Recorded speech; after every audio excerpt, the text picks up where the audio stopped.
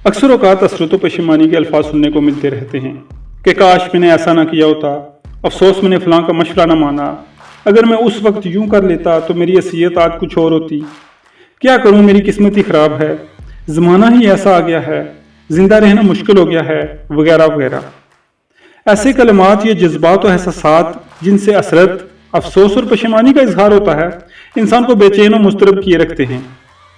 अब यहाँ सवाल ये पैदा होता है कि इस किस्म की कलिमात की अदायगी या हर दूसरे शख्स से इसका इजहार क्या वाकई फ़ायदेमंद है या नहीं। इसका सादा सा जवाब है कि हरगिज़ नहीं, क्योंकि अफसोस, नदामत और पशेमानी के मुस्तकिल जज्बात गैर महसूस तौर पर इंसान की शख्सियत को मजरू करते हैं। एक आम ख्याल है कि इंसान सबसे ज्यादा जिस चीज में अपना वक्त बर्बाद करता है वो अफसोस करना है। अपनी मौजूदा सूरत हाल को तस्लीम करें और ये कहकर दिल को तसल्ली दे लें कि ये सूरत हाल महज आर्जी है, इस सूरत हाल ने तब्दील हो जाना है।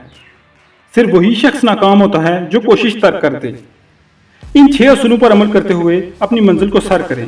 पहला असूल, आपको जो काम दिया जाए उसके बारे में तमाम मुमकिन मालूमात हासिल करने की कोशिश करें।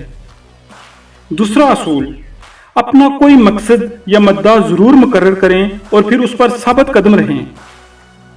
तीसरा असूल, अपने हालात के बारे में रोजाना अपने आप से बातें किया करें। चौथा असूल, अपने अंदर दूसरों की खिदमत करने की आदत पैदा करें। पांचवा असूल, जो लोग शौक और वलवला रखते हों उनसे मिलते रहें, इस तरह उनका कुछ न कुछ असर आप पर भी जरूर पड़ेगा। छठा असूल, अपने अंदर शौक और वलवले से काम करने का जज्बा पैदा करें और सख्ती से पाबंद भी रहें। माजी की गलतियों पर अफसोस करना छोड़ दें और इन 6 असूलों पर अमल करें और कामयाबी हासिल करें। अल्लाह हाफिज़।